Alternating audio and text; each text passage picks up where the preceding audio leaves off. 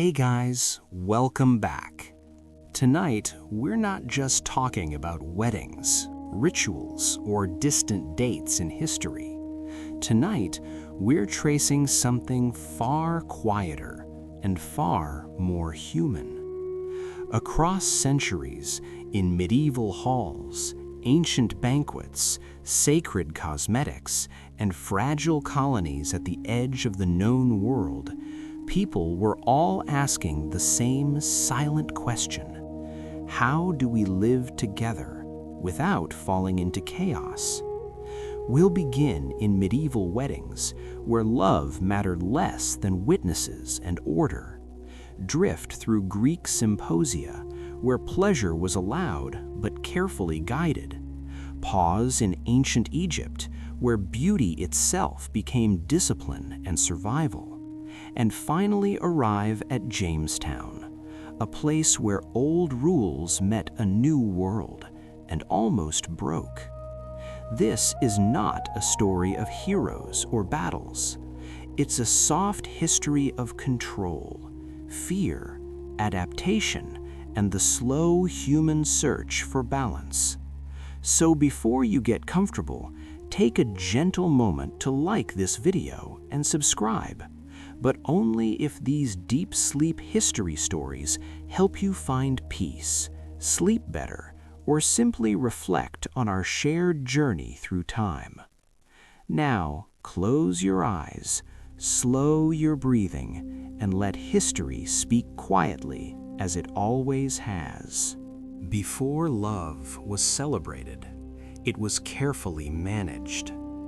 In medieval Europe, marriage was not a quiet promise whispered between two hearts, nor a private choice made in the soft glow of affection. It was a public act, a social instrument, and above all, a structure designed to guide human desire into forms that could be observed, regulated, and controlled. When we imagine medieval weddings today, we often picture stone churches, flickering candles, and solemn vows. But beneath those images lay a deeper purpose. Marriage was not primarily about romance. It was about order. It was about stability. It was about property, lineage, alliances, and the containment of instinct within ritual. In a world where survival was fragile and chaos always close, societies could not afford unchecked desire. Love, as we understand it now, was unpredictable. Passion could disrupt inheritance, provoke conflict, or dissolve carefully balanced power structures. And so marriage became a framework through which personal impulses were reshaped into communal certainty. From the moment a union was proposed, it ceased to belong solely to the couple. Families negotiated terms, witnesses were gathered, contracts were spoken aloud, often before entire villages. The words mattered, but the presence mattered more. A marriage that was not seen was a marriage that could be questioned. Privacy invited doubt, and doubt threatened order. Even the ceremony itself functioned less as a celebration of intimacy and more as a declaration to the world. These two bodies, these two lives, now belong to a recognized structure. The Church played a crucial role in this transformation. By sanctifying marriage, religious authorities framed desire not as something to be indulged freely, but as something that must be justified, supervised, and confined to an approved bond. Sexuality outside of marriage was not merely a moral failure, it was a social risk. Thus, the wedding ritual extended far beyond vows. The feast that followed was not simply joy, but confirmation. The public bedding, common in many regions, was not scandalous in its own time. It was verification. Witnesses might escort the couple to the marital bed, offer blessings, and then withdraw, satisfied that the union had moved from symbolic to physical in a manner that left no ambiguity. What feels invasive to us was, for them, reassurance. Instinct, once dangerous in its privacy, was now absorbed into ritual and rendered safe. In this way, medieval weddings reveal something profound about how past societies viewed human nature. Desire was not denied, but it was not trusted. It had to be shaped, guided, and surrounded by ceremony. Marriage was the mechanism through which passion became predictable, and through predictability, controllable. This is why love stories from the medieval period often exist outside marriage rather than within it, hidden in poems and songs, safely separated from the practical world of contracts and heirs. Weddings were not meant to ignite romance, they were meant to prevent disorder. And yet, within this structure, people still felt deeply. They hoped, feared, and dreamed, even as their lives were bound by rules older than themselves. Marriage was the quiet agreement between society and instinct. You may exist, but only here, only in this form, and only under watchful eyes. But not all societies relied on vows and witnesses. Some tried to guide desire through thought. But not all societies relied on vows and witnesses. Some tried to guide desire through thought. While medieval Europe surrounded marriage with ceremony and public confirmation, other traditions within the same era leaned toward shaping the inner life rather than policing the outer act. In monasteries, cloisters, and philosophical schools, desire was approached not as a force to be displayed and verified, but as something to be trained quietly, almost invisibly. The contrast is striking. Where weddings sought certainty through visibility, these traditions sought control through discipline of the mind. Medieval thinkers understood something deeply human. Desire does not disappear simply because it is forbidden, and ritual alone cannot erase longing.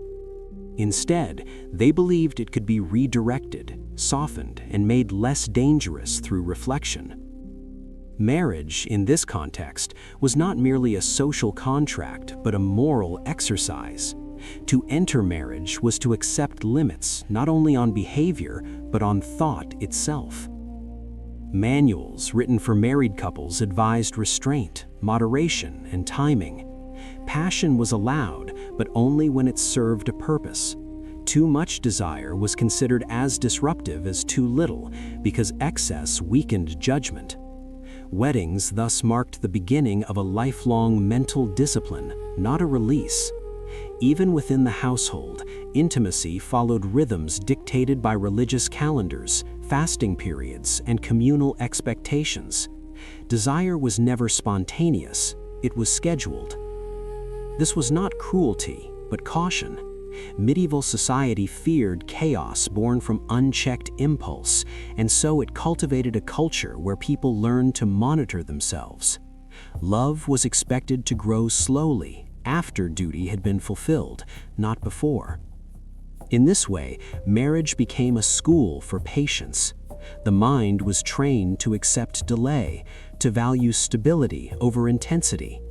Public rituals announced the union, but private habits sustained it. The absence of privacy was not accidental. It reminded individuals that they were never governed by instinct alone. Even silence carried weight. A couple did not need to declare affection loudly. Endurance was proof enough. This mental framework shaped how people understood intimacy itself. Pleasure was real, but fleeting. Responsibility was lasting. And so weddings functioned as thresholds, guiding individuals from the volatility of youth into the steadier rhythms of adulthood. They marked the moment when desire ceased to be personal property and became a shared obligation. Over time, this approach created a culture where love stories were imagined in poetry rather than lived openly. Fantasy became the safe space for longing, while marriage remained practical, grounded, and deliberately unromantic. Yet this does not mean medieval people were cold or unfeeling. On the contrary, they were acutely aware of desire's power. That awareness made them cautious. Thought was the quiet tool they used where spectacle was insufficient. By shaping belief, habit, and expectation, societies attempted to make desire predictable without ever having to suppress it completely. And in that effort, marriage stood at the intersection of body and mind, where ritual met restraint and where instinct was invited to stay, only under careful guidance. As desire was guided by ritual and shaped by thought, another force quietly defined medieval weddings: age. In a world where life was uncertain and survival depended on continuity, marriage arrived early, often long before affection or even understanding could take root. For many, especially women, weddings marked not the culmination of choice, but the end of it. Childhood flowed directly into obligation.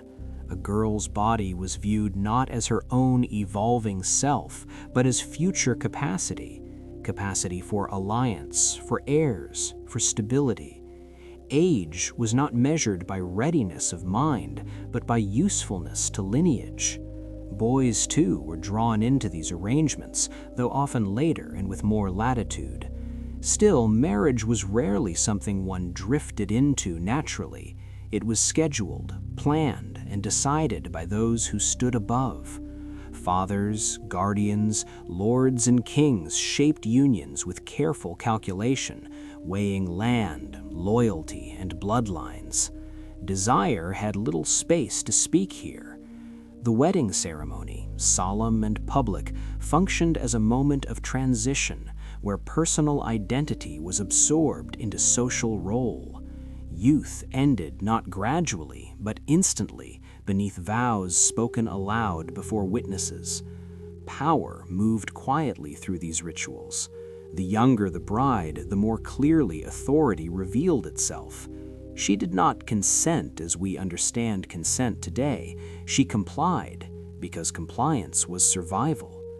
The structure of medieval society left little room for refusal. To reject a match was to risk disgrace, isolation, or worse. And so weddings became scenes of controlled passage, where individuals stepped from one form of dependency into another. Childhood dependence on family shifted into marital dependence, sanctioned by church and law. Yet this was not always framed as cruelty. Many believed sincerely that order protected the vulnerable. Early marriage promised security in a dangerous world, but security came at the cost of self-direction. The ceremony concealed this exchange beneath layers of sanctity and celebration. Feasts, music, and blessings softened the reality, turning obligation into honor. Even the language of marriage emphasized duty over desire. Love was something that might follow, not something required to begin. Over time, this system trained people to adjust their inner lives accordingly. Feelings were expected to align with circumstance. If affection did not arrive, endurance was praised. Marriage was not judged by happiness, but by continuity. Did the household function? Were heirs produced? Was peace maintained? These were the measures that mattered. Weddings thus marked the moment when the future was sealed, not imagined. The absence of choice was not loudly enforced, it was normalized. When everyone around you accepted the same path, resistance felt unnecessary, even unthinkable. Desire, if it stirred, learned to quiet itself. And in that quiet, a particular medieval understanding of love emerged. Not fiery or expressive, but patient, restrained, and often silent. Love became something that grew sideways, filling the spaces left by duty rather than challenging it. This is why medieval marriage appears so distant to us now. It was not built to explore the self, but to preserve the whole. Individuals bent so that families, estates, and kingdoms could remain upright, and weddings were the hinge on which that bending turned, smooth on the surface, heavy beneath, guiding lives forward without asking whether the heart was ready to follow. So if the wedding ceremony marked the public beginning of marriage, the wedding night confirmed it in the most literal way. And in medieval society, this moment was rarely private. Modern minds recoil at the idea, but for centuries, intimacy was not considered a personal matter. It was evidence.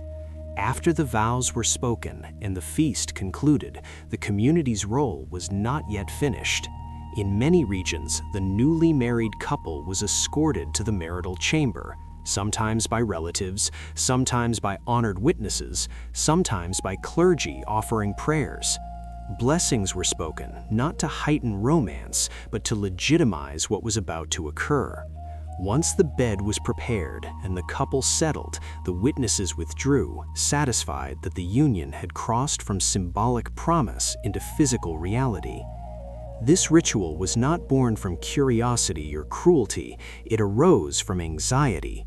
Inheritance depended on certainty, bloodlines depended on clarity. A marriage that existed only in words was fragile, a marriage confirmed by consummation was secure.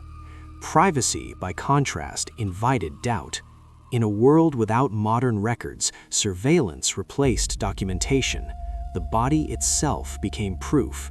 Even the objects in the room carried meaning. The linens might later be examined, not for scandal, but for reassurance. The goal was not to shame, but to stabilize. Desire, once again, was not rejected, but placed under watch. The wedding night reveals the medieval belief that instinct must be witnessed in order to be trusted. What we now guard as sacred privacy was to them a vulnerable gap where disorder could grow. This absence of solitude did not mean people lacked emotion. Many couples likely felt fear, confusion, tenderness, or resignation, but those feelings were secondary to the function of the moment. The marriage had to be made real, beyond question. Over time, this practice reinforced a powerful lesson. Intimacy belonged to the community before it belonged to the individual. Even within marriage, the body was not entirely one's own. It served lineage, duty, and social continuity. The wedding night was not a climax of romance, but a checkpoint in a larger system. And yet, once this threshold was crossed, a subtle shift occurred. The couple, now verified, was gradually allowed more privacy than before. Not absolute privacy, but enough to form habits, routines, and quiet familiarity. In this way, public intrusion receded as social certainty increased. The community watched closely at first, then stepped back, trusting that order had been established. The wedding night thus functioned as a release valve, allowing society to relax its grip once instinct had been successfully absorbed into structure. This pattern reveals how medieval life balanced control and trust. Control came first, heavy and unmistakable. Trust followed only after proof. Love, if it grew, did so afterward in the shadows of daily life rather than the spotlight of ceremony. And so the wedding night stands as one of the clearest expressions of medieval marriage, a moment where desire was acknowledged, monitored, and finally permitted to exist, quietly, cautiously, and never without memory of the eyes that once watched. By the time the wedding night faded into memory, medieval marriage had completed its most important task. It had transformed instinct into structure. What began as ceremony continued through discipline, age, power, and public witness, finally settled into routine. This was the true goal. Weddings were never meant to stand alone as moments of joy or passion. They were gateways into a way of living, where desire no longer disrupted order, but moved quietly within it. Once the community was satisfied, once lineage felt secure and roles clearly defined, attention shifted away. Life resumed its steady rhythm. Fields were tended, households managed, obligations fulfilled. Marriage dissolved into daily repetition, and in that repetition, something unexpected sometimes occurred. Affection grew not from longing, but from familiarity. Trust emerged not through promises, but through endurance. Medieval societies understood that intense emotion was difficult to sustain, but habit was powerful. Stability did not depend on how strongly two people felt in the beginning, but on how well they adapted over time. This is why so little was asked of love at the altar. Love was not required to start a marriage. It was permitted to arrive later if it chose to. And if it never arrived, the marriage was still considered successful so long as it functioned. To modern ears, this sounds harsh, even bleak, but within its own context, it was practical, even protective. The world was dangerous, survival was fragile, predictability was comfort. Weddings offered that comfort by reducing uncertainty. They told society who belonged where, who owed what to whom, and which boundaries could not be crossed. In doing so, they eased collective anxiety. Everyone knew their place. Everyone understood the rules. Desire, once wild and unsettling, was given a narrow channel through which it could flow without flooding the world around it. And in this channel, many lives unfolded quietly. There were moments of warmth, moments of regret, moments of tenderness unspoken. But these were private experiences shaped by a public system. The medieval wedding was not designed to explore the self, it was designed to preserve the whole. Individuals bent, adjusted, and endured so that families, villages, and kingdoms could continue without fracture. Over generations, this produced a culture that valued restraint over expression and continuity over intensity. Love became something slow, something learned, something proven by time rather than declared by words. And perhaps this is why medieval marriage feels so distant to us now. We live in an age that asks love to justify everything. They lived in an age that asked stability to justify love. Yet beneath the differences lies a familiar human concern: how to live with desire without being ruled by it. Medieval weddings answered that question with ritual, witness, and control. They offered certainty in exchange for freedom. Whether that exchange was fair or not depends on the values of the world observing it. But for those who lived within it, marriage was not a dream to chase, but a structure to inhabit. A quiet agreement between body, mind, and society. And as the centuries passed, new ideas slowly began to whisper at the edges of this system. Ideas that questioned whether desire should be managed at all, or whether it could be trusted to guide itself. That shift did not arrive suddenly. It crept in through philosophy, poetry, and eventually through changing beliefs about the self. And it is there, in that slow transformation, that the story continues. In ancient Greece, pleasure was allowed, but never left alone. Long before medieval societies wrapped desire in vows and witnesses, the Greeks explored a different path, one that neither denied pleasure nor surrendered to it completely. The Symposium was the space where this balance unfolded.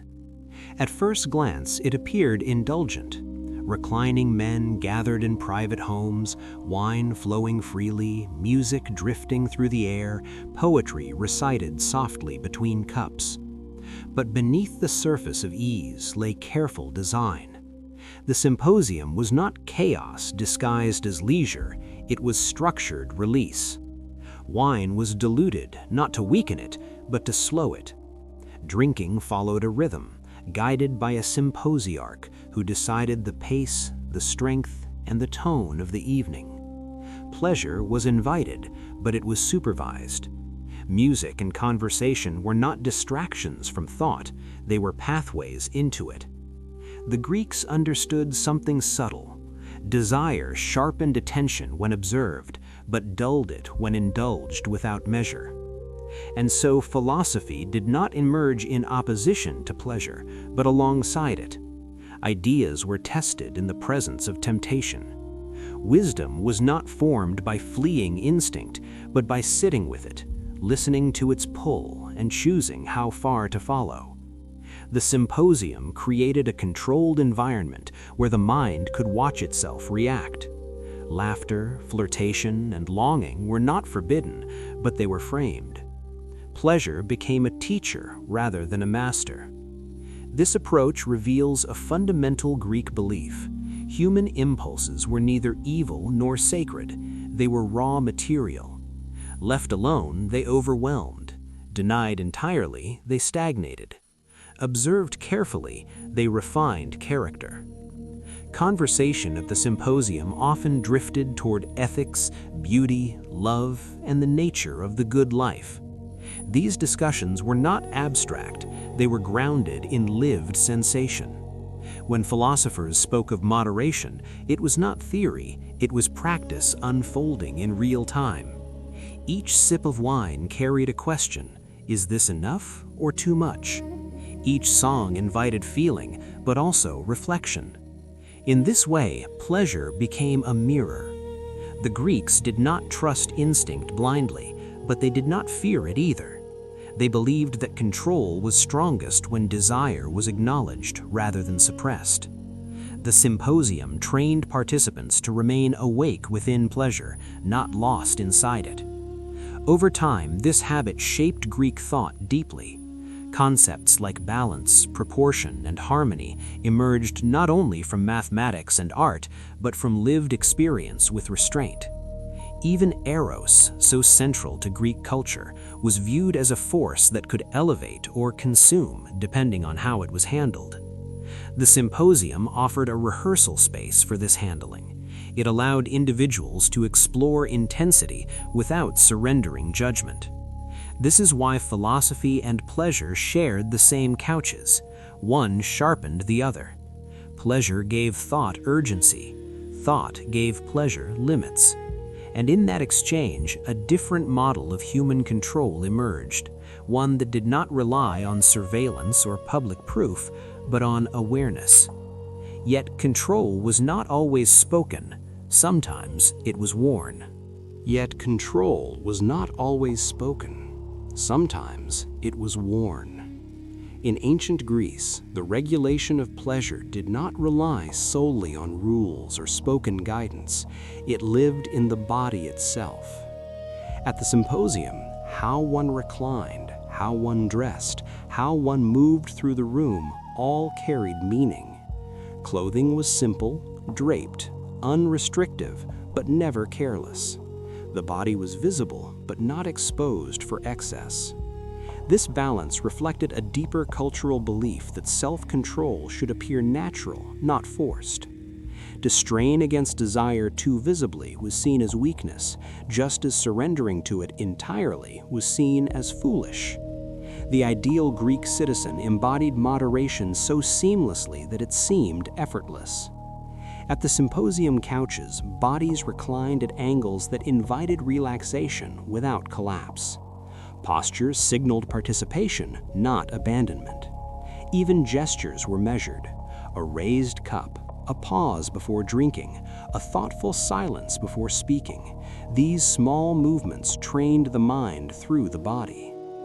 The Greeks believed that habit shaped character, and character shaped destiny. Control, therefore, was practiced physically before it was understood philosophically. This is why the symposium was as much a lesson in bearing oneself as it was a space for dialogue. Young men observed elders closely, absorbing not just words, but manner. How long one laughed, how quickly one responded to music, how one handled flirtation. These moments taught restraint without instruction. The body became the first classroom. Pleasure flowed through this space, but it encountered soft barriers everywhere. Not walls, but forms. Beauty itself was structured. Music followed modes believed to influence the soul. Certain rhythms were thought to inflame, others to calm. Choice of song mattered. Art, too, reflected this ethic.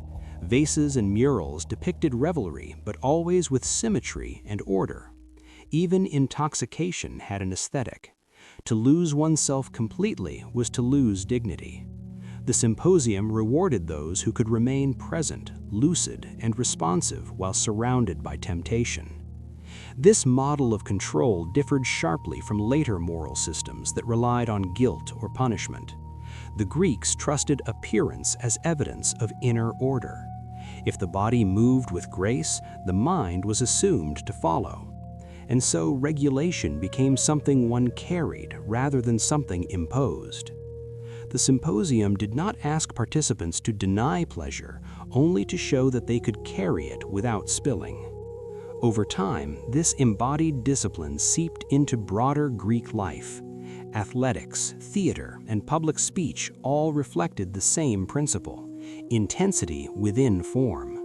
Passion was admired when it respected proportion. Excess was not sinful, it was inelegant. This distinction mattered. It meant that moral failure was framed not as wickedness, but as imbalance.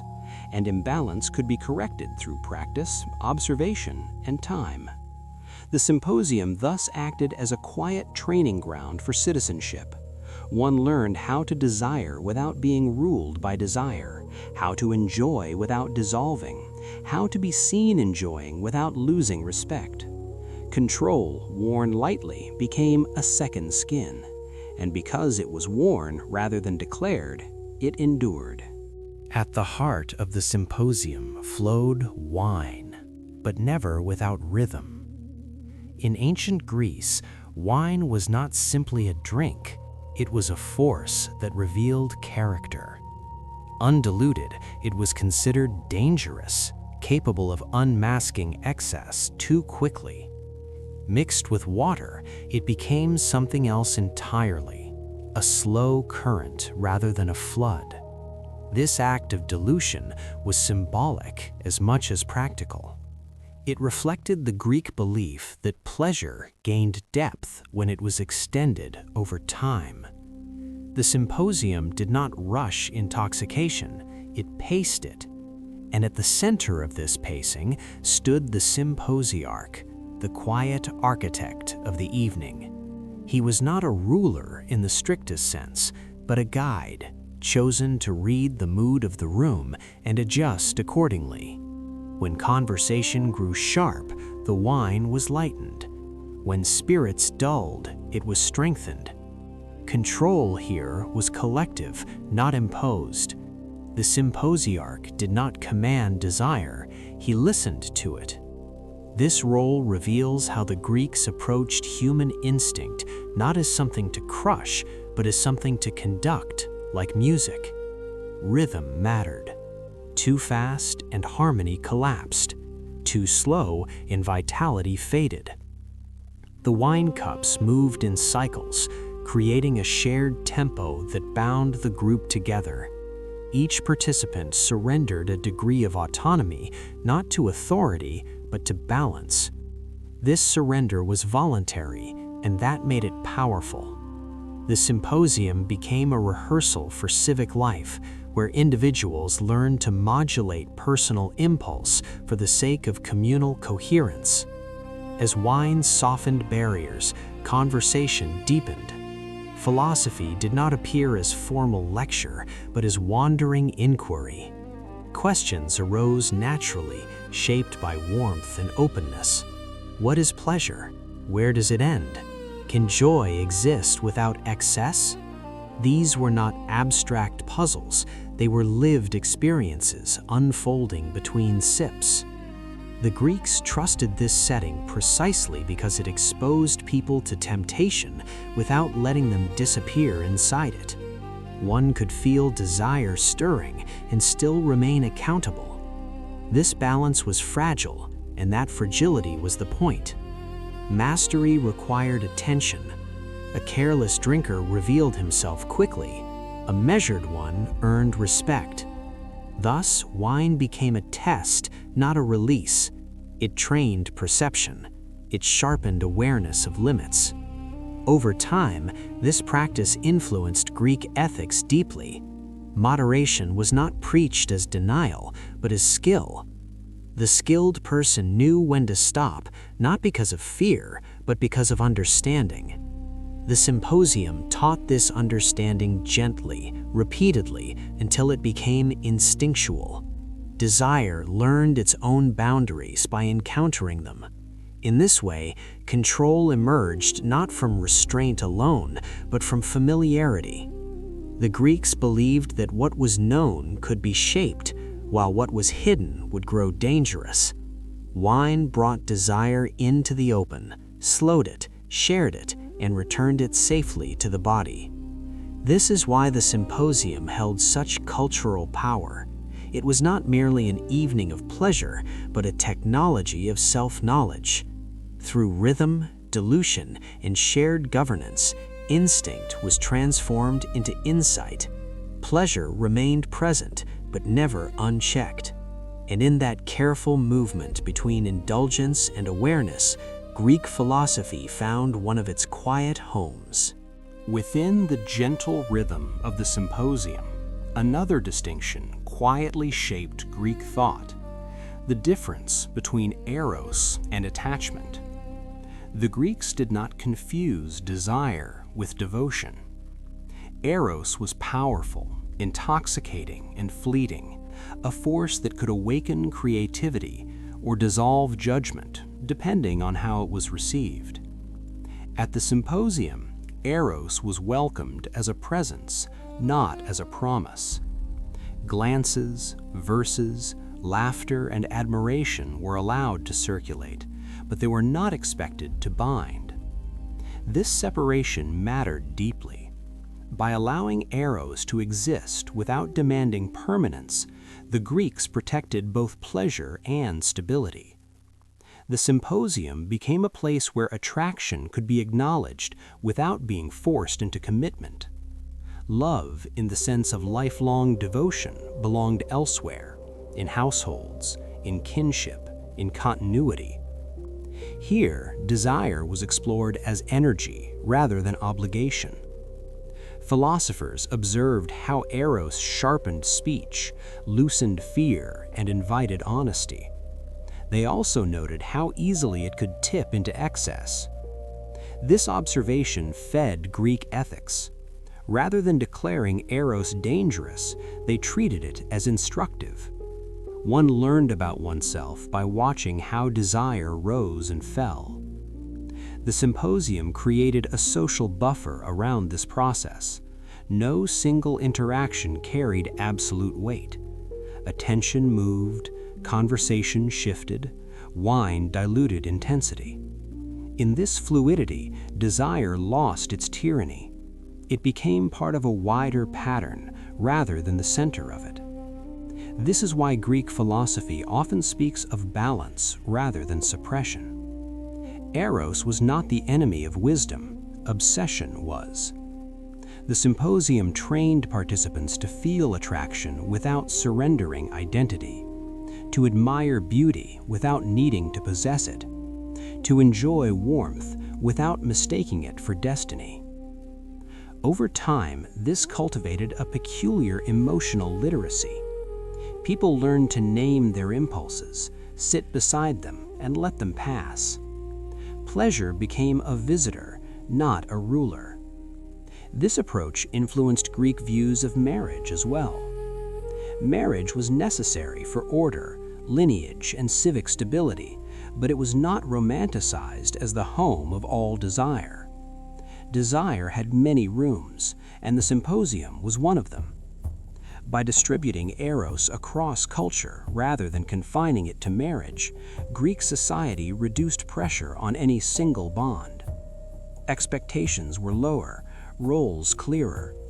This did not eliminate pain or jealousy, but it offered a framework where emotion could breathe without overwhelming structure.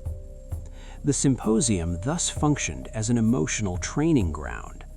Participants practiced recognizing the difference between intensity and meaning, between pleasure and promise, between the spark that illuminates a moment and the fire that sustains a life.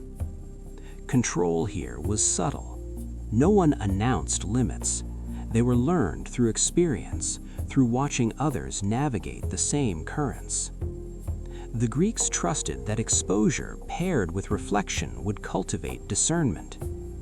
Desire, when allowed to appear and disappear, lost its urgency. It no longer demanded immediate action. In this way, eros became compatible with thought. Philosophy could unfold not in spite of pleasure, but because pleasure had been rendered temporary. The Symposium did not ask people to choose between feeling and thinking. It taught them to let feeling inform thinking without overpowering it. And in that lesson, Greek culture found a way to honor human longing while still protecting the fragile architectures of life it depended on. By the time the Symposium drew to a close, nothing dramatic needed to happen. No declarations were required, no vows exchanged, no instincts forcibly silenced. The evening ended not with resolution, but with quiet dispersal. Guests rose slowly from their couches, conversations faded into memory, and the rhythm that had guided desire gently loosened its hold. This was the true success of the Symposium. Pleasure had been allowed to arrive, to unfold, and to depart without leaving disorder behind. The Greeks did not seek to conquer instinct, they sought to accompany it until it exhausted itself. In doing so, they revealed a belief profoundly different from later traditions of control. Where medieval weddings surrounded desire with witnesses and certainty, the Symposium trusted repetition and awareness. It assumed that what was seen often enough could be understood, and what was understood could be shaped. Control was not imposed from above, it was cultivated from within. Participants left the Symposium not purified, but practiced. They had rehearsed moderation in real time. They had felt the edge of excess and stepped back without coercion. This quiet mastery carried into daily life. The same principles governed speech in the assembly, movement in the gymnasium, and conduct in the household. Pleasure was not an interruption of order, it was a test of it. The Symposium offered no final answers, only habits. And habits, the Greeks believed, were stronger than rules. Over time, this approach formed a culture where restraint did not feel like deprivation, but like skill. To enjoy without losing oneself became a mark of education. To carry desire lightly became a sign of maturity. This is why philosophy thrived in these spaces.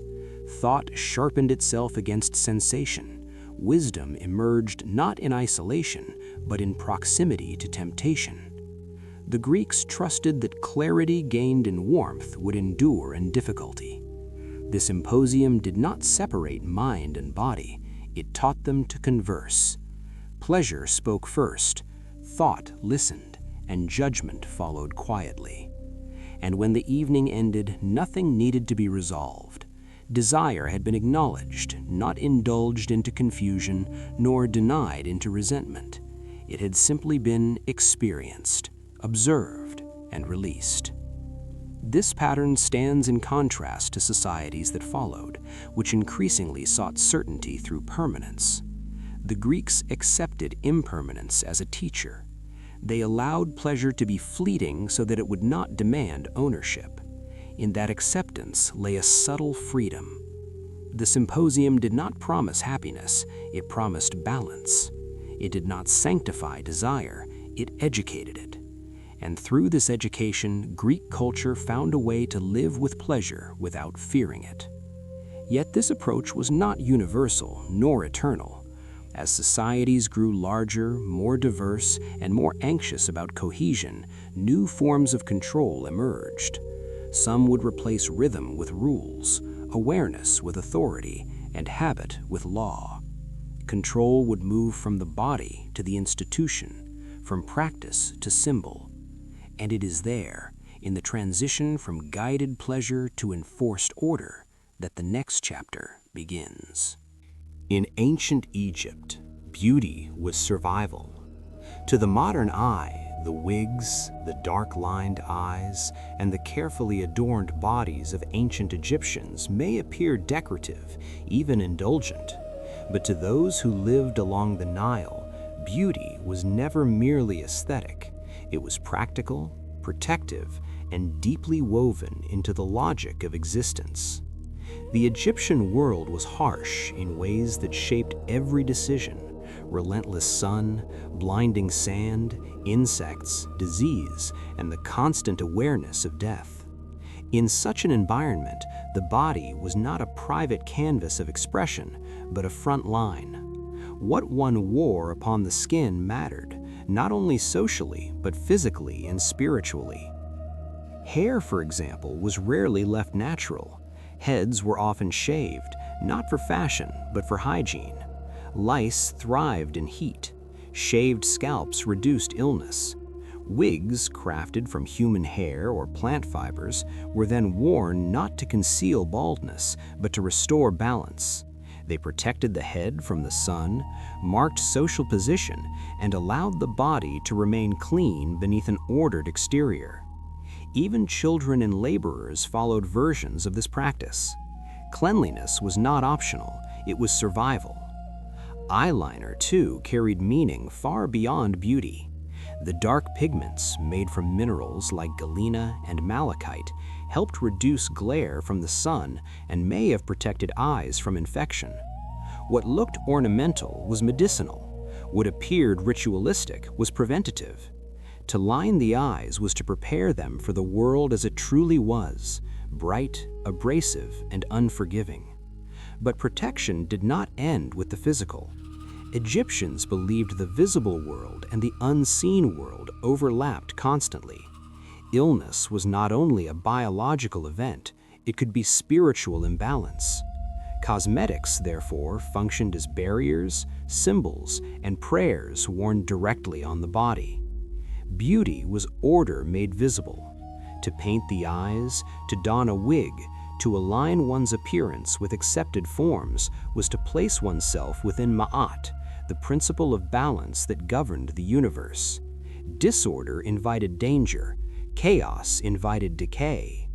A body left unregulated reflected a soul at risk. This is why adornment crossed class lines. From pharaohs to farmers, Egyptians participated in rituals of appearance. Differences existed in materials and refinement, but the underlying logic was shared. One did not decorate to stand out, but to belong, to align with the rhythm of the world rather than resist it. The body became a site of discipline, not of repression. There was no shame in ornament, there was responsibility. To care for the body was to prepare it, to armor it, and to signal readiness to endure.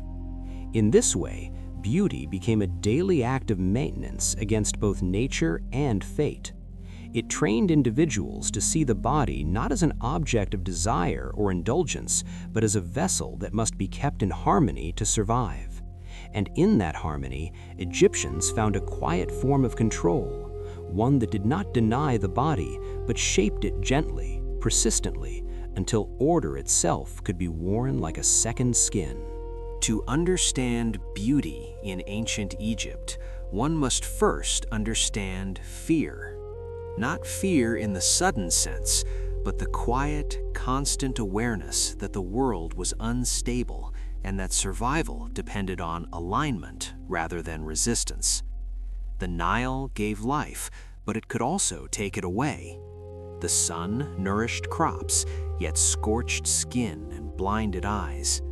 Disease moved invisibly, carried by water, insects, and air. In such a world, the body was not assumed to be safe, it had to be guarded. This is where beauty crossed into medicine. Cosmetics were not luxury supplied after safety was secured, they were part of safety itself. The dark eyeliner that framed Egyptian eyes was not chosen for drama, but for function.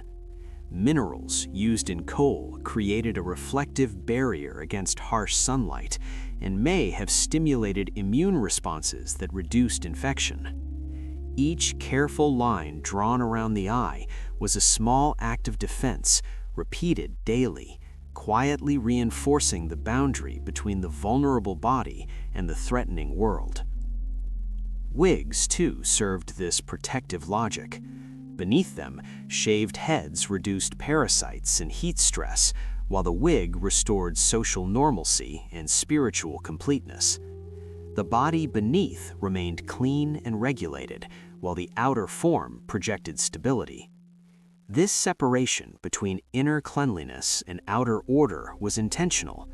Egyptians believed that what was visible influenced what was invisible. A body that appeared balanced helped maintain balance within. Beauty therefore became a form of preventative care, practiced not occasionally, but continuously. It required attention, patience, and repetition. These acts trained the mind as much as the body. To apply cosmetics carefully was to practice mindfulness long before the concept had a name.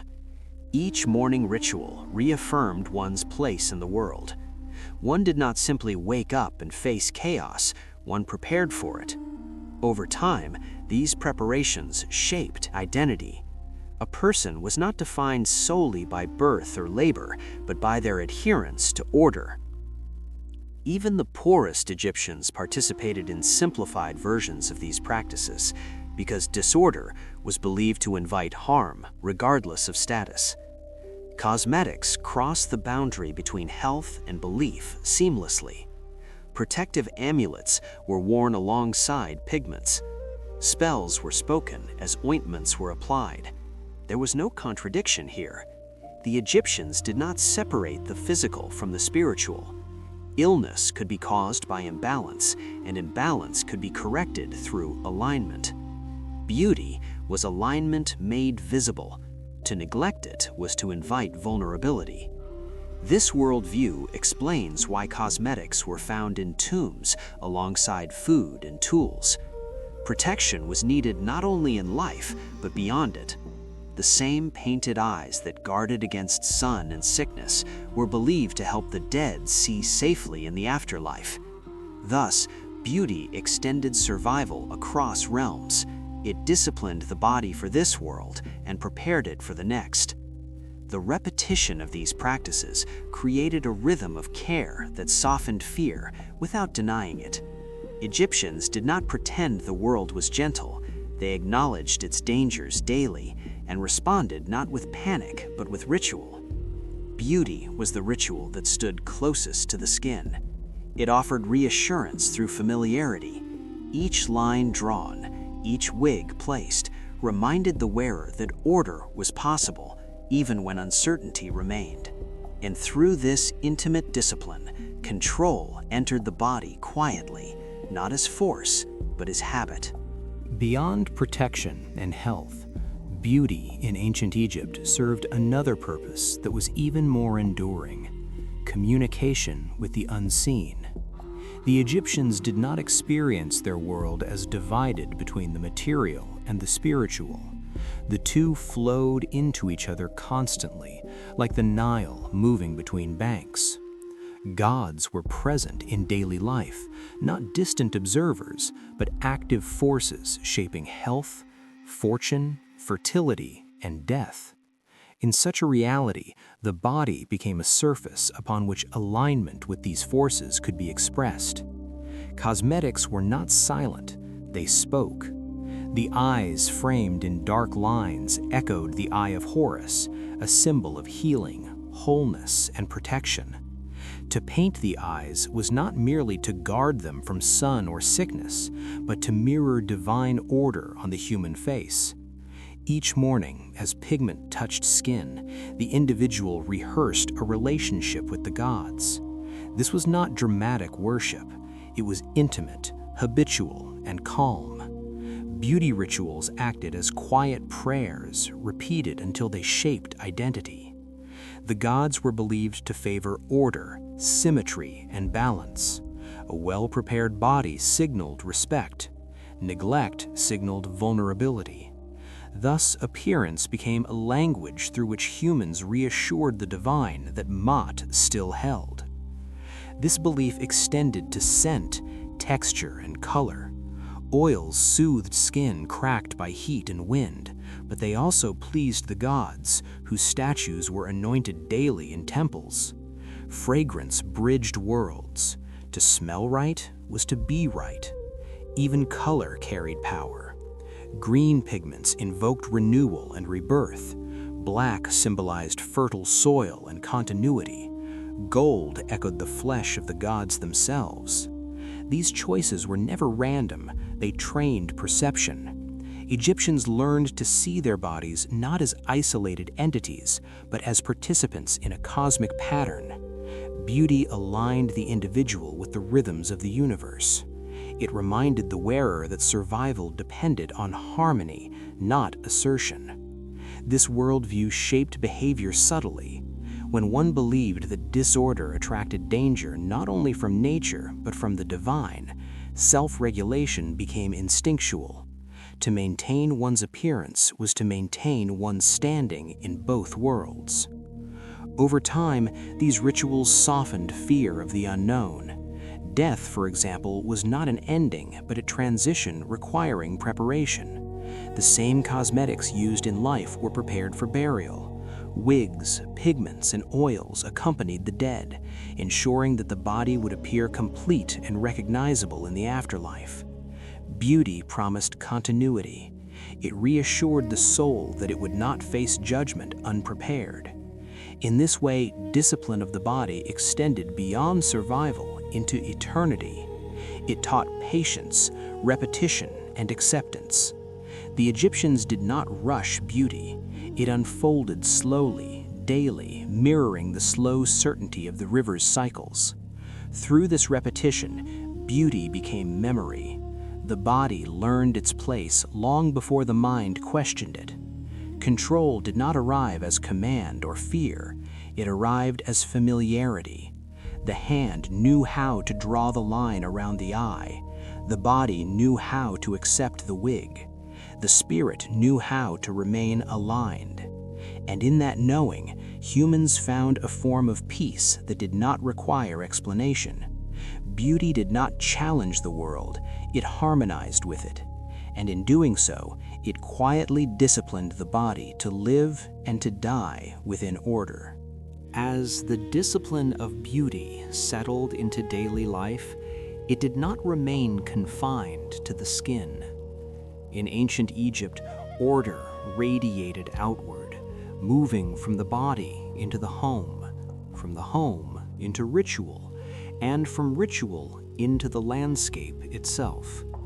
The same principles that guided eyeliner and wigs, balance, symmetry, repetition, shaped temples, cities, and ceremonies. Egyptians believed that the world could be kept stable if order was applied consistently, layer by layer. A body aligned with Ma'at supported a household. A household aligned with Ma'at supported the state. A state aligned with Ma'at kept the gods appeased. This was not metaphorical thinking. It was practical governance shaped by spiritual logic. Architecture mirrored cosmetics in stone. Temples rose with precise proportions, their columns echoing the upright human form, their walls painted in colors that matched those worn on skin. Reliefs depicted idealized bodies, eternally youthful, eternally balanced, reinforcing the message that perfection was not a moment, but a maintained state. Public rituals extended the same discipline outward.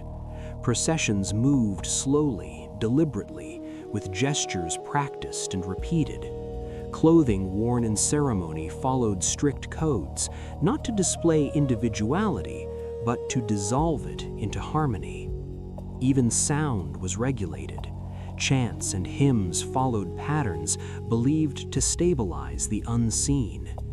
In this way, beauty became infrastructure. It organized space, time, and movement. The discipline learned in private grooming prepared individuals to participate in collective order without resistance. One already understood how to align, how to repeat, how to maintain. The body had rehearsed obedience gently through care rather than coercion. This made larger systems possible. When the state asked for participation, labor, tax, ritual presence, it did not feel foreign. It felt familiar. Order had already been internalized. This is why Egyptian civilization endured with remarkable continuity. Change occurred, but within narrow bounds. Innovation was slow, cautious, and respectful of established forms. The aesthetic discipline placed on the body created psychological continuity that extended across generations. Children learned order not through punishment, but through observation. They watched elders prepare themselves daily, saw the care taken in appearance, and absorbed the lesson that stability required effort. Beauty was not about admiration, it was about maintenance. Neglect threatened not just the self, but the collective. Thus, discipline spread softly, without force. It felt natural because it had been normalized at the most intimate level. The land itself was treated similarly. Fields were measured, boundaries maintained, floods anticipated and recorded. The Nile's cycles were mapped with care, not to control the river, but to move with it. Order was never imagined as domination, it was alignment. And alignment began with the body. Cosmetics taught Egyptians how to accept limits without humiliation, how to repeat actions without boredom, how to find reassurance in form. These lessons scaled upward, shaping one of the most stable civilizations in history. Beauty, once survival, became system, and through that system, chaos was kept at a distance, not banished, but managed, acknowledged, and held in balance. By the time beauty had fully settled into Egyptian life, it no longer felt like effort. It felt like nature. The daily rituals of grooming, painting, and preparation dissolved into habit so complete that they shaped perception itself. Egyptians did not wake each morning asking whether order mattered. Order was assumed because it had been rehearsed on the body since childhood. This was the quiet power of aesthetic discipline. It did not demand belief through argument or obedience through fear. It taught alignment through repetition. Beauty became the language through which the body learned how to exist in a dangerous world without panic. The sun would rise, the river would flood, illness might come, death would eventually arrive, but the body would meet these uncertainties prepared, adorned, and balanced. In this way, control did not feel like restriction, it felt like care. To line the eyes, to don the wig, to anoint the skin was not to submit to authority, but to participate in continuity. The individual did not stand against chaos, they moved with it, guided by forms older than memory. This explains why Egyptian society appears so stable across millennia. Its control mechanisms were not loud, they were intimate. They lived in mirrors, in hands, in daily routines that whispered the same message over and over. Survive by aligning, not resisting. Beauty disciplined desire without denying it. It structured the body without humiliating it. It made obedience feel like harmony. Over time, this harmony extended outward until it shaped how Egyptians imagined the world itself. If order could be placed on skin, it could be placed on stone. If it could be placed on stone, it could be placed on land. The logic was simple and profound. The same principles whispered by Eyeliner and Wigs would one day be carved into borders, laws, and empires. But before humans tried to govern territories, they learned to govern themselves. Before they measured fields and taxed harvests, they measured faces and balanced forms. The body was the first landscape to be organized. Beauty was the earliest map. And because it worked, because it reduced fear, maintained health, and created continuity, it endured. Long after dynasties faded, the lesson remained. Order survives best when it feels natural. When control is gentle, repeated, and worn daily, it does not provoke rebellion, it produces calm. In ancient Egypt, Beauty was not about admiration, it was about endurance. It was the soft discipline that allowed a civilization to stand still while the world changed around it. And eventually, humans tried to impose order not just on themselves, but on entire lands. Jamestown began not with confidence, but with hope and confusion. When the English ships finally reached the unfamiliar shores in 1607, they did not arrive as conquerors certain of success. They arrived carrying assumptions. In their minds, order already existed. It had names, rules, hierarchies, and rituals shaped by centuries of European life. Law, property, class, labor, and obedience were not questioned concepts. They were inherited truths. The settlers believed these structures could simply be transported across the ocean, unpacked like cargo, and set down upon new land. But the land did not recognize them. The climate did not bend to expectation. The soil did not yield as predicted. Seasons behaved differently. Food sources vanished without warning, and the rhythms of survival bore no resemblance to those left behind. Yet the settlers clung to familiar order, not out of arrogance, but fear. Order was the only thing that made the world feel intelligible. To abandon it felt like stepping into chaos itself. So they built Jamestown as they would have built an English outpost, with rules governing work, discipline, and authority. Gentlemen were not expected to labor with their hands. Command came from titles rather than experience. Food distribution followed rank rather than necessity. These systems had functioned elsewhere. Here they faltered. Hunger arrived quietly at first, then relentlessly. The river offered brackish water. Crops failed. Disease spread through bodies unaccustomed to the environment. As supplies dwindled, so did certainty. The familiar order that had promised safety now deepened vulnerability. Fear grew not only from hunger, but from the realization that inherited rules no longer protected life. The settlers faced a question humans had encountered many times before, though rarely so starkly. What happens when order no longer matches reality? At Jamestown, the answer was fragmentation. Trust eroded. Discipline hardened. Punishment replaced cooperation. Some clung more tightly to law, believing stricter enforcement would restore stability. Others withdrew, paralyzed by despair. The very structures meant to prevent chaos now amplified it. And yet, beneath the collapse, something else stirred. The land was not hostile, it was indifferent. Survival required learning rather than imposing. Those who observed, adapted, and accepted unfamiliar rhythms fared better than those who resisted them.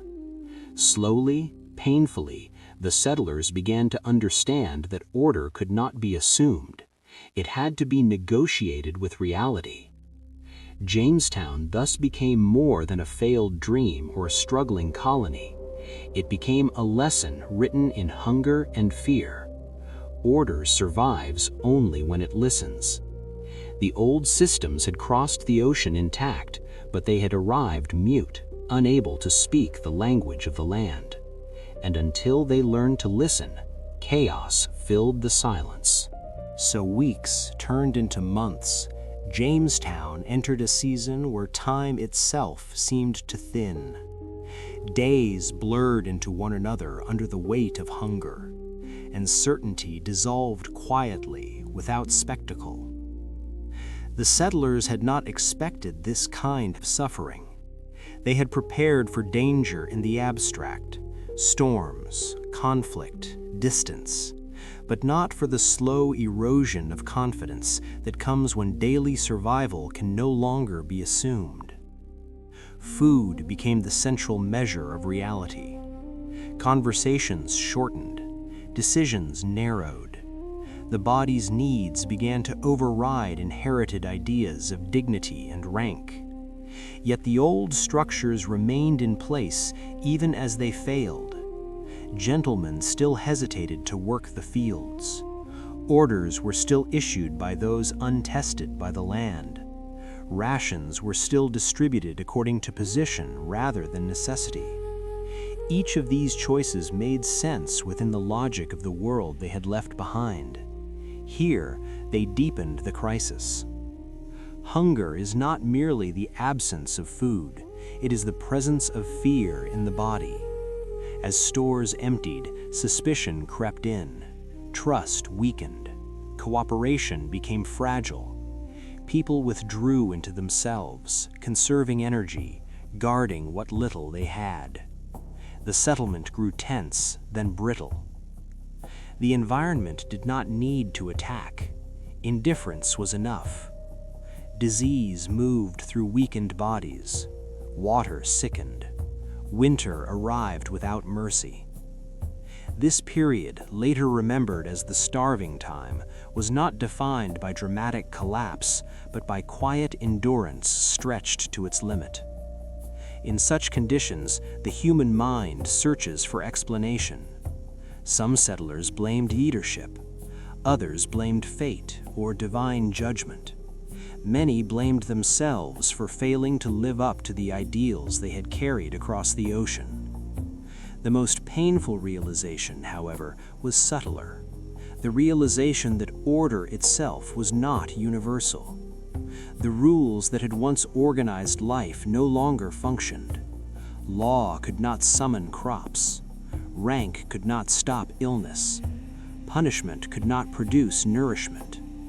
The structures that once gave meaning now felt hollow. And yet, amid this disintegration, adaptation began in small, almost invisible ways. A few individuals observed the land rather than resisting it. They learned which plants could be eaten, how to move with the seasons, when to conserve energy rather than expend it. They listened to the environment and to those who knew it better. Survival shifted from enforcement to learning. This shift was not immediate, nor was it comfortable. It required the painful letting go of certainty. It required humility. To survive Jamestown, one had to accept that the old order was incomplete, not wrong, but insufficient. The land demanded different rhythms. Gradually, cooperation returned, not because it was commanded, but because it was necessary. The body taught lessons faster than ideology ever could. Hunger clarified priorities. Fear stripped away pretense. What remained was a simpler truth. Order must respond to reality, or it becomes a liability. Jamestown did not teach this lesson gently. It taught it through deprivation, loss, and silence. But in doing so, it revealed something enduring about human societies. Order is not a fixed inheritance, it is a practice. And when practice stops listening, chaos does not need to arrive loudly. It simply waits. There came a quiet turning point in Jamestown, not marked by a single decision or heroic act, but by exhaustion. When certainty collapses completely, pride often follows it into silence. The settlers reached a moment where clinging to familiar order no longer felt noble, only fatal. Hunger stripped arguments of their elegance. Fear removed the comfort of theory. What remained was the body, fragile and insistent, demanding solutions rather than explanations. It was here that listening began. Not listening as agreement, but listening as survival. Some settlers began to observe the land with different eyes, no longer as territory to be controlled, but as a teacher to be understood. They noticed which areas flooded and which remained dry, which seasons brought abundance and which demanded restraint. They saw that survival required timing rather than force, They also began, slowly and cautiously, to learn from those who had always lived here. Indigenous knowledge did not arrive as ideology, it arrived as practice. How to grow crops suited to the soil, how to store food, how to read weather and water. These lessons did not fit neatly into European hierarchies, and so they challenged them. Authority shifted subtly from title to competence. Those who understood the land gained influence not through command, but through usefulness. This shift was uncomfortable. It undermined assumptions carried across the ocean, yet it saved lives. Order began to change shape. It became less rigid, more responsive. Rules were adjusted. Labor was redistributed. Survival demanded participation rather than rank. Cooperation returned, not as ideal, but as necessity.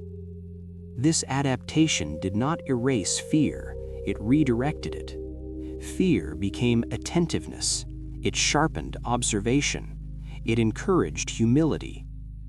Jamestown's order was no longer inherited, it was negotiated daily.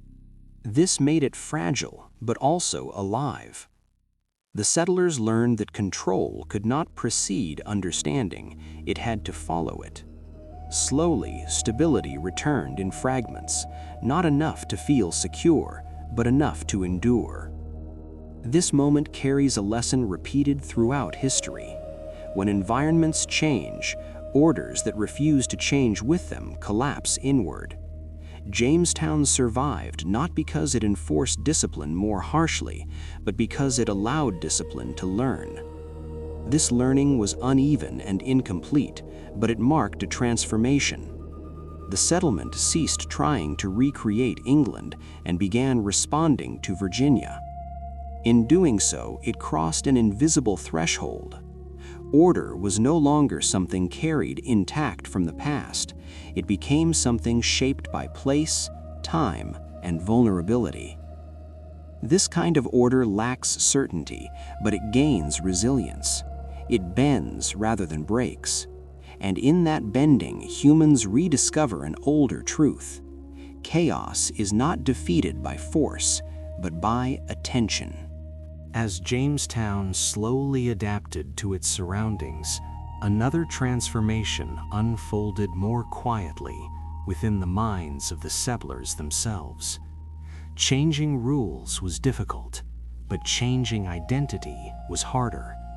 For generations, these men had understood themselves through inherited roles: gentleman, laborer, officer, subject, each carrying expectations about dignity, authority, and worth.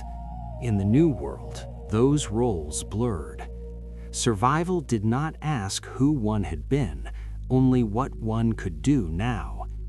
This created a subtle psychological tension. To adapt required letting go of certainty, and certainty had been the foundation of self-respect. Many struggled with this loss. The old order had provided not just structure, but meaning. Without it, individuals faced an unfamiliar emptiness. Yet adaptation demanded precisely this surrender. Those who survived learned to redefine value. Competence replaced title, effort replaced appearance, knowledge of land replaced knowledge of law. This shift was not clean or unanimous. Some resisted until the end, clinging to hierarchy even as it failed them. Others adapted reluctantly, grieving the loss of the world they had believed would follow them across the sea. And some, quietly, discovered relief. Without rigid rank, cooperation felt less humiliating. Work became shared rather than imposed. Identity softened. This psychological reshaping was slow, uneven, and deeply human. It revealed a truth often hidden beneath systems. Order shapes not only behavior, but self-perception. When order changes, the self must change with it. Jamestown forced this reckoning. The settlers could no longer rely on symbols to define themselves. They had to rely on participation. This participation created a different kind of cohesion, one born from vulnerability rather than authority. Fear did not vanish, but it was redistributed. Instead of fearing punishment or disgrace, people feared failure of the group. This fear encouraged attentiveness. People watched one another more closely, not to judge, but to learn. Mistakes became lessons rather than offenses. Gradually, trust rebuilt itself, not through promises, but through repeated action. This new order lacked the comfort of permanence. It felt provisional, always subject to change. Yet it was honest. It reflected reality rather than denying it.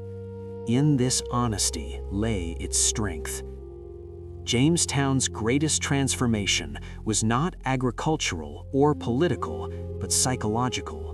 The settlers learned that order imposed without adaptation fractures the mind. It demands loyalty to forms that no longer serve life. But order that listens, that reshapes itself in response to fear and need, can restore meaning. This lesson echoed beyond Jamestown, shaping how later societies would understand governance, labor, and community. It suggested that stability is not achieved by freezing systems in time, but by allowing them to evolve alongside the people they govern. And as this realization settled in, slowly and unevenly, the colony moved closer to endurance. Not comfort, not prosperity, but survival with coherence. In that fragile balance, humans once again redefined what it meant to live together. By the time Jamestown found its fragile footing, something fundamental had shifted, not only in the colony, but in the long human conversation about order and chaos. The settlers had crossed an ocean believing that civilization could be carried intact, preserved through rules and memory alone. What they discovered instead was that order is not a possession, it is a relationship. It must respond to land, climate, bodies, and fear. When it does not, it fractures quietly, turning certainty into vulnerability. Jamestown's struggle was not unique. It echoed older experiments and anticipated future ones. From medieval vows to Greek symposia, from Egyptian cosmetics to colonial law, humans repeatedly tried to answer the same question. How can many individuals live together without dissolving into fear or violence?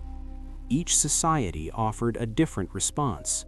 Some wrapped instinct in ritual, some guided it through reflection, some disciplined it through beauty, and some, like Jamestown, attempted to impose it through structure alone. History shows that none of these approaches succeed permanently on their own. What endures is adaptation. Jamestown survived not because it perfected control, but because it learned humility. It accepted that order must bend, listen, and change shape. This lesson carries a quiet comfort. It suggests that chaos is not the enemy of order, but its teacher. Fear exposes what no longer works. Hunger strips away illusion. Confusion reveals where learning must begin.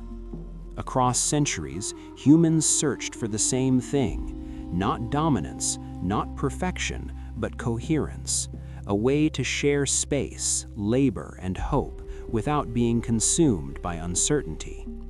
This search is never finished. Each generation inherits structures built for another time and must decide whether to preserve, revise, or release them. Jamestown reminds us that survival depends less on certainty than on attention. Order that listens endures.